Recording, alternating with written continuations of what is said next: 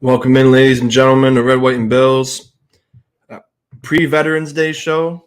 Shout out to all the veterans out there. We'll have a Veterans Day Red, White, and Ruthless show tomorrow to celebrate. Appreciate everybody, past, present, and future, who are going to serve this country, and all my brothers and sisters that I serve with. Thank you very much. I just got to fix something here, and we'll get into the topics, baby. You know what it's going to be. There's a lot of talk going on right now about problems in Buffalo. So hit that like button. Subscribe to the channel if you haven't, and we're going to get into it once I can figure this thing out really quick. Okay, hold on. We're almost there. My cat is excited to talk about this too. Hit that like button. Hit that like button. And I got another announcement afterwards. Well, it should be pretty quick. So you see the title right. Is it Ken Dorsey? Is it McDermott? Maybe even Josh Allen? Or is it you or us as fans? And people might say, what are you talking about, Red, White, and Bills? We don't play the game. We're not out there calling plays. We're not doing this. We're not doing that. The problem is we as fans are always looking for someone to blame when things are bad, right? For example, if we didn't lose it, if Josh didn't throw 4 picks in that Jets game or 4 turnovers in that Jets game, we win that one. If the defense doesn't fold in the Patriots game, we win that one. We're 7-2, and nobody's talking like this. But we have to now. And I've said it before, it's a collective effort of why we're not doing well. Mostly execution on players, coaching a little bit, and then, head coach, offensive coordinator, Josh Allen, players, offense, rounds out the rest. So, you've seen a lot of things floating around. I'm not going to bring up the graphic because I'm sure everyone's seen it on everyone else's channels, comparing Daboll and Dorsey's first 25 games. And one thing that jumps out at you is field position. Daboll averaged getting the ball at the 40. We averaged the ball, I think it was less than the 20-yard line. That changes your play calls in bad field position. If you're in favorable field position, it changes play calls. We have now structured into being a more efficient offense, and efficiency is the best way to get things done. So Daboll was able to score a bunch of points, throw the ball deep, as well as get the ball back in great field position because of an elite defense. We no longer have an elite defense. So this, to pander back into the Bengals game, we would stop them at the 50. Everybody's like, oh, the defense. You can't blame the defense. So the defense can't get a stop within the 30. Then they stop them at the 50. We get the ball inside the 10. And then we can't march down the field and get 90-yard drives every time. And everyone's like, oh, the defense is doing fine. The defense hasn't forced a turnover since Jacksonville, and they haven't got an interception since Miami. So if we can blame guys like Ken Dorsey for him not getting wide receivers open to catch the football, I'm going to start blaming McDermott for not putting his defense in positions to get turnovers, if we're going to play it like that. So, yeah, sure, they gave up 24 points when they were missing 7 starters to the Bengals. Yeah, but you also put us in shitty field position the entire game. You didn't force any turnovers. You didn't get no pressure. So there you go. That's one way to look at it. And back to the defense thing. The first 4 weeks had a great defense. 3-1, got favorable field position. We now get less possessions.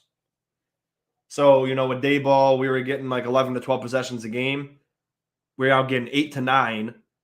And we're turning the ball over every single game at least once. So that takes more possessions away and gives another possession or two to the next team. So when people say, our offense isn't that good, and then you look at things like, okay, we'll humor that. The offense isn't good. All right. Take that Kincaid fumble. Fantastic game. A rookie trying to do too much. You got to know your place. You try to jump over a guy to get an extra yard when you already had a first down. The Bengals defender made a great play by not trying to tackle you right away, but looking for the ball to force a turnover which our defense doesn't do. And he fumbled the ball at the 13-yard line when we were driving. So let's just say we got at least 3 points there. I would assume we would have got 7, but let's say we got 3 points there. Then on that grounding play that shouldn't have been called, which isn't anyone's fault on offense, say Best makes that field goal. Then it's 24-24 at the end of the game. But if you got the touchdown that Kincaid probably would have got, or that we would probably would have gotten that Kincaid drive, 28 points. And we had 7 possessions after the turnover. So if Kincaid never fumbled, that's 8 possessions, and we would have scored on 5 of them. So, like, is it the offense really bad, or are we just failing at minute details that make a team win or lose games? Like the Chiefs, their offense is worse than ours statistically, but they're 7-2. So that's the difference. They aren't making mistakes in crucial parts of the games. Oh, the defense. Dane Jackson did phenomenal. Absolutely. When it came to the biggest play of the game, or one of the biggest plays of the game, he got burned by Jamar Chase. I know everybody gets burned. I always say that. But we do it at the wrong times. Like, it doesn't matter how good you played if in the last bit of the game you fail. Teron Johnson gave up a big play on first down, which if you stop that first down pass play, we definitely get the ball back because we don't have to waste a timeout. And then we get the 2-minute warning still, and the clock's already stopped with 3 minutes left. It's frustrating. It's frustrating. And yeah, Dorsey, people will say his play calls aren't that good. But Josh has never had a better completion percentage, never been top 5 in QBR. He's leading in total touchdowns. So as much as it seems like he's struggling, due to the efficiency of the offense, his stats are great. And if we weren't 5-4, he'd be an MVP frontrunner. So to get off of this for a minute, and you guys put your comments, please, in the channel. I know I'm missing some. You get a thumbs up. Thanks, Matt Chatter and Brett, for turning in. It's you. I'm ready to jettison Dorsey if players don't like him. Yeah, and we can talk about that. Bring that up again in a few minutes. Von Midnow, Josh has got issues. Yeah, we'll talk about all of it. Let me just get to – I messaged my buddy who played D1 receiver, and now he's coaching that same team that he used to play for. And I asked him these questions. I said – let me just get to it. I said, as a wide receiver who can't separate, how does an offensive coordinator get them open? Because everybody blames Ken Dorsey, so I just wanted his opinion. He said grass routes, concept routes that naturally get them open where there are holes in the defense. And, I haven't played football in over 10 years, so things are different for me. I never heard of a grass route. I also never played wide receiver. So, I don't know everything, and I like to learn. So I didn't feel offended having to ask him what a grass route was. I assumed what it was, but he said, and I said, and would there be a reason why an offensive coordinator would not use this tactic? He said, so if you high-low a safety where they have to make a decision, option routes where they can read the defense, make a decision pre-snap or mid-play. And everyone brings up how Cover One did a breakdown and says, Dorsey is an option-based offense and it isn't good and they don't like it. Here, you'll see the reason why we have to do that as we read on. And he said lots of offensive coordinators would not use this tactic with speed guys because they want to utilize it. Or if they don't have good chemistry with the quarterback, it could lead to a lot of picks. So keep thinking about that because a lot of the times Josh Dorsey gave his picks. And then I said, what if the wide receiver is not fast? Then chemistry with QB would be an issue, or they aren't smart enough to make correct reads. I said the quarterback or the wide receiver or both. He said technically either one, but most of the time the receiver, since the quarterback is the smartest on-field game plan-wise. And then I said, so for a not fast wide receiver who is limited in separation and limited in the route tree, could we not use this tactic? And he's like a Cole Beasley type player. He said, think about this. For me personally, I'm fast, but I'm not 4.4, 4.5 fast. I was used hella on options and any kind of route where I would be able to pick apart defenses because I was explosive out of breaks. So I was ideal for any kind of plays like that. So that's a lot of information, and it's a lot of important information. So we have a separation issue with our receivers minus Stephon Diggs, and Kincaid doesn't count as a receiver because he's a tight end. So what he was saying was, for receivers who can't separate, you need to use option routes because you can always get open because you're reading a defense. And when there's bad chemistry with the quarterback, i.e., Gabe Davis runs a curl instead of going deep when Josh thinks he's going deep, bad chemistry with the quarterback, and not being able to read a defense, that's our issues. It's not because Ken Dorsey's bad at calling plays. The wide receivers can't read a defense properly, and Josh doesn't have chemistry with all the receivers. As much as you think, oh, Gabe Davis, he has great chemistry with him. They can't form a great chemistry, obviously, because they're not doing well in these option routes. So nobody likes the option routes, okay? So first of all, everybody does it. Not all the time, but even if we are based on that, it's the coach accounting for the failure of the players. Like when you look at the Dolphins, like Tua, they have their system for Tua. He spot throws off of timing, which is extremely hard to do. So he is talented because timing's hard. And Mike McDaniel makes it that way because it's better for Tua. Our receivers have trouble separating, so we have to do option-based routes. And it causes us to be efficient, but it also causes us to fail if the receivers aren't doing the right thing or the quarterback. So going back to his analogy with the high-low, Gabe Davis is the low guy. Diggs is the high guy. You got the option, and you're watching the safety, especially Josh. Okay, he's creeping down over the top. He backpedals underneath. It's so simple. So everyone says, oh, the offense is too complicated. We got to simplify. And then we say Dorsey's not creative. So is it that he's not creative, or receivers and players aren't smart enough to follow through with the game plan? Because at this point, if wide receivers can't separate and they can't do the option routes, reading a defense, it's not much more simple than you can get. And everybody wants to, like I said, it's just the minute details. If we had 12 possessions a game, we probably would score 30 points a game like last year or the year before that. But we don't have that anymore because efficiency was working for us weeks 1 through 4. Josh Allen didn't run the ball a lot weeks 1 through 4, and the running backs did. We ran out of 12 personnel with Dawson Knox on the field. And then when Josh ran the ball 7 times against the Patriots, we lost. Ran the ball 8 times against the Bengals, we lost. And then, just to go to that, before I get into that, let me read some comments. It's more Josh than anything, but Dorsey's mid, probably can upgrade. Well, you could always upgrade in anything, but I just think it's not as much as him as people think. It's just a scapegoat tactic and a cop-out.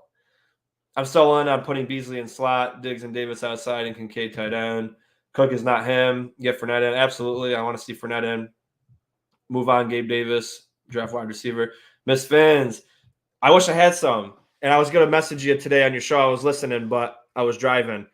I want to say, man, our teams just keep disappointing us. But, you guys are still in first, so you can at least rest comfortably. But, much love, Miss Fins. Keep going over to Miss Fins and subscribing, liking her stuff.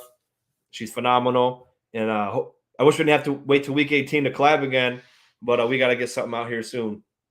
But thanks for tuning in. I appreciate you. Hey, Sean, I was trying to get in touch to have you come over this morning, but my phone broke. Yeah, it's okay. I hear you. We'll get something going soon. Worked out today. I don't have a job till the afternoon, and my mom took my son to do some fun stuff. So I said, okay, works out for me. But so just to go back to, people were clamoring for Josh Allen to run more, right? Oh, we're hog tying him. We're locking. We're putting him in shackles. Okay. So the running game was working weeks 1 through 4 when Josh wasn't running. At least the threat of the run was working too. Cook was getting 12 to 15 carries. Harris was getting a couple. Murray was getting a couple. Everything was working good. We were an efficient offense with the threat of the run and the pass. Dynamic. And then everybody wanted Josh to run more because we weren't letting him be free. Okay. Now I'm hearing we don't run enough with the running backs. Well, let me think about why. If your quarterback's taking 8 carries, that's taking 8 carries away from running backs. Josh can run on his own when the pocket's collapsing and when he's holding the ball for 5 seconds. Run there. But he was looking to run before pass a lot of times last game, and Cook got 6 carries. If you take 6 carries away from Josh and give 6 more to Cook, whether it's 1 yard or not, you got the threat of the run. The linebackers weren't even taking their initial step in like you're taught as a linebacker. They already knew that they weren't going to run the ball. So I don't know what Bills Mafia wants. Like, you want Josh to run more, and then you complain when the running backs don't run more. All the running back carries are going to Josh Allen. So I just want – it just blows my mind how it's like, oh, it's Dorsey's fault. It's Dorsey's fault. We got to run Josh more. Okay, he runs Josh more. Oh, now we don't run enough with the running backs. Do you want to run the ball 40 times a game and throw it 20? We have a top 5 quarterback for a reason. We're not going to run the ball that much.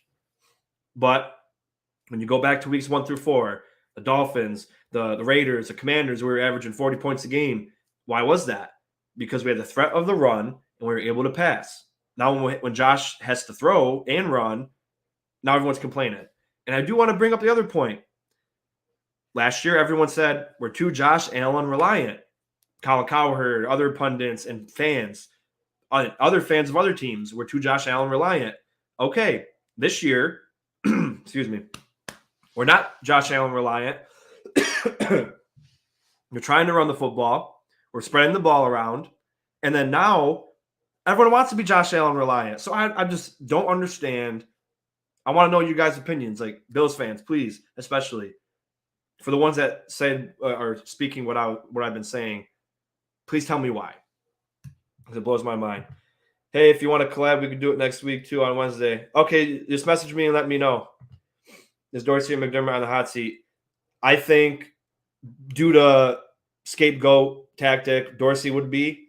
But I think if we miss the playoffs, you gotta get rid of the coaching in general and then find a new coach. But if we end up making the playoffs and the offense is struggling, Dorsey will probably be gone. And that's just because that's how the scapegoat works. That's why Leslie Frazier is not here anymore, and McDermott took over. He's 27 and getting beat up. Yep. And that's my thing. Josh Allen can run the ball if he wants. No one's telling him like that play with Hendrickson. People said Dawkins got worked. Hendrickson had 1 tackle the entire game, and that was because Dawkins pushed him outside, put him behind the quarterback, like 5 yards deep. Josh stood in the pocket for 5 seconds and then decided to run when the hole was open for 3 seconds, and he didn't run. Nobody's telling him not to run there and slide. He's choosing to on his own. So I don't want to hear this, oh, they're handcuffing Josh. Josh is choosing not to run. They're not calling design runs for Josh as much because they don't want to get him killed. He can run whenever he wants when the play breaks down. Usually back in the day, 3 seconds, the play's nobody's open, I'm going to take off, and it worked. Now sit in the pocket for 6 seconds, take a sack, blame the offensive line, or get hit for a loss or whatever, and then we blame the O-line. Don't get it. You lose round 1, playoff, McDermott probably gone. Yeah, and especially if you miss, I think they're going to start a whole new you're going to have to get rid of the coaches because this team is too good to miss the playoffs. And, you can lose games, and we're not the best team in the world. Even if at our best, we're a great team, we're a top team. But, now that Miss Finn's here, like even the Dolphins, we're both great teams, and we just haven't found our way completely yet. And we have time to do that. And the Bengals game would have been perfect, but, Oh, I didn't see this comment, Miss Finn. Sorry. Dolphins are the only real team you face this year. Everyone else has been trash. Up until this week, maybe, because the Raiders and the Commanders we beat, and they're 4-5. If they win this week, they're a 500 team. So we would have beaten over 3 500 teams or better. So it all depends on how it goes this week. But they are winning games, though. Again, they're not great, but it's just funny. But yeah. Dolphins and Bills, we got a lot of good teams ahead, so we can prove everybody wrong in the coming weeks. But Matt Chatter coming at Dolphins mid.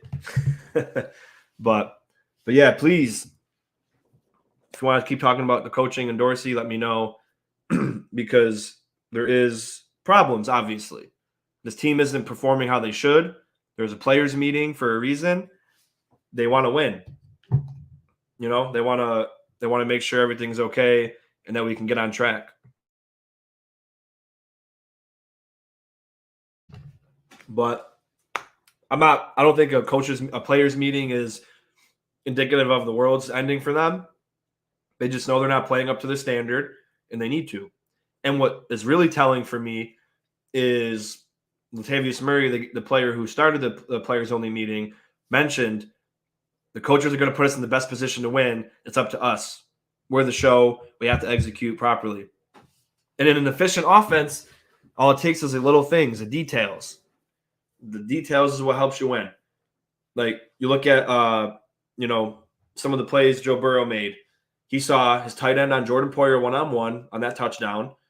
Huge size disadvantage, and he had no help over the top. I'm going right there. He saw Shaq Lawson, for some reason, drop into coverage. He saw it immediately and then threw it to whoever was by the coverage. Things like that, little details. And then we do stuff like try to jump over players, get the ball punched out, throw a pick on a play that's designed for Gabe to be the first read, but has 3 underneath routes to go to when it's not open. Because what Ken Dorsey's doing is making it idiot-proof in the offense to give Josh all the outlets to not throw picks. And he chooses to do it on his own. So I don't mind the option routes because we have receivers who can't separate. As fast as Hardy is, he can't separate. Gabe Davis can't separate. Kincaid can and Diggs can. And they get the ball the most. So go figure. But I'm going to do my little announcement that I got. You guys all know TD Fins. Of course, Miss Fins knows too. He does a thing where he does an evaluation of Tua based off of things that he, decides, like, PFF grade, yards, touchdowns, etc. So I was thinking, everybody blames the offensive line because it's easy to blame the offensive line, and they don't actually watch and understand that if you pass block 45 times and you lose 5 reps, that's extremely good. But they just see, he gave up 5. They gave up 5 pressures. Josh was under duress the whole game. He was not under duress the whole game. In any of these games that we played, Josh has never been under duress the entire game. In every game that people said that, I went back and watched the film, and the offensive line was great. So I'm going to do that with the offensive line as a whole and individually.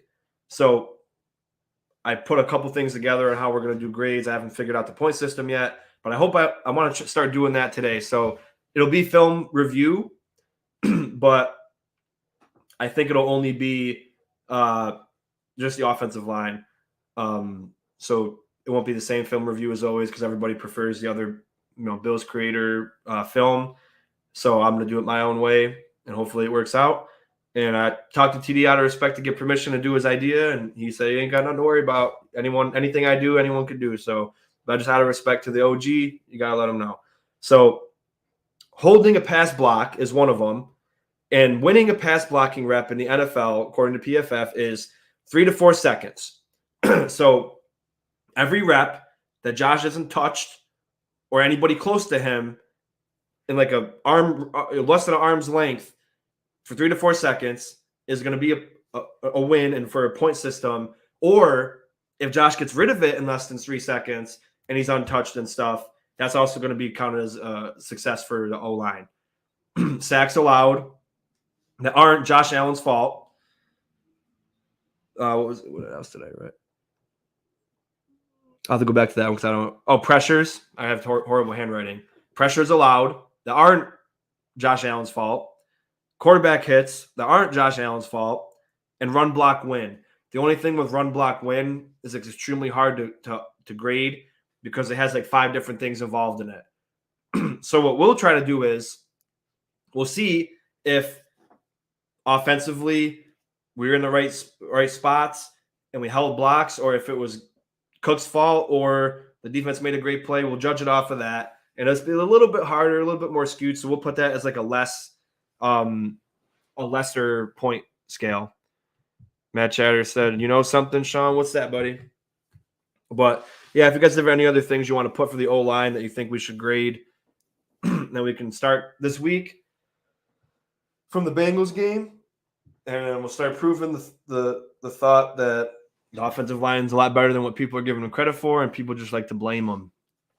But I think that's basically all we can really talk about. But if there's any other things you guys want to mention, I thought penalties too, but I don't think PFF shows penalties for the most part, or you'd have to remember exactly when the game happened. So I don't know. I think I say pass blocking, since we passed a lot, should be like 35%. Run block, we'll say like 15, because it's harder to grade and we don't run as much. So that's 50. And then between sacks, pressures, and hits will be the rest, will be the other 50. And then we'll discuss a point system. I don't know if we'll start from like 100, and then every time they lose or fail, like a sack could be -5 points. A lost pass block rep could be -1 point. We'll do something like that. And then we'll grade. I will not concede your film because some other. Oh, I appreciate that, buddy. I know. It's just how it goes sometimes. Like, people do something first and people prefer one way over another. And, I love doing film because I love film. And, I know it's hard to watch 2 hours straight or an hour each video of the whole game, but that's what other places don't do. They don't watch the whole film because they want to do the small clips and fit their narrative that they want. That's why I was liking to do the whole thing. But, this will be a fun thing because I'm always sick and tired of hearing the O-line is bad. The O-line didn't do that great. The O-line did this, when they've been playing their ass off. And then the PFF grade, TD always says use it as a tool. And then you watch the film and watch the games, and then you make up your own decision. That's why we're going to be doing this, because people look at PFF grades and said, oh, Dawkins had a 50 pass blocking. He dominated Hendrickson the whole game. So I don't know what their pass blocking percentage grade is to them. But for me, this is what we're going to go off of. So I'm probably going to take a little break and then come back, and we're going to do that for the film, and then we'll skip. I don't have the time to cut out video and just do offensive line.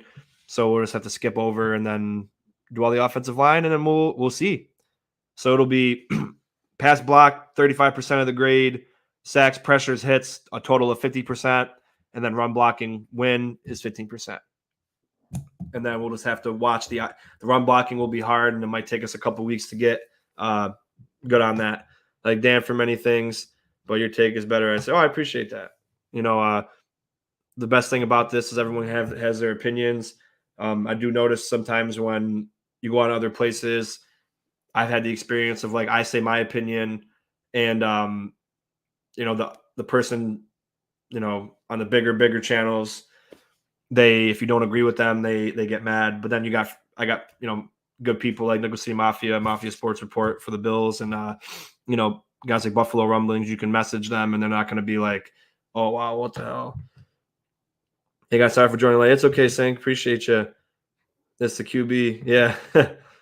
But Sink, like we talked a little bit about Dorsey and the offense and things like that, and then I mentioned how I'm going to do a new film breakdown of just offensive line, and we have our own grading system. Pass blocking, 35%, sacks, pressures, hits, 50% total, and then run blocking win, 15%. I'm probably going to take like a 10-minute break maybe here, and then I'll ramp up the film, and we'll start talking about the offensive line and see how it goes for the first week. And then I will eventually get a spreadsheet, and we'll do individual player and overall as a unit. And then we'll do the players first, and then I'll average all their, together. And then, Did you watch the QB duel last night? Yeah, I picked them weekly picks. I picked the Panthers, and it looked good for them. And then, they found a way to lose. So kind of stinks. But, yeah, guys, appreciate you for tuning in for this quick one. Like the video, subscribe to the channel if you haven't, share it out, let everybody know about it. I should be back in about 15 minutes or so, and we'll start doing this film for the offensive line. So appreciate you guys. Go Bills. And I know they haven't given us a reason to be excited, but only they can control their destiny now. They got to be great teams. They got to play great with a small margin of error, and it's up to them now. So anything can happen. Go Bills. See you in a few minutes.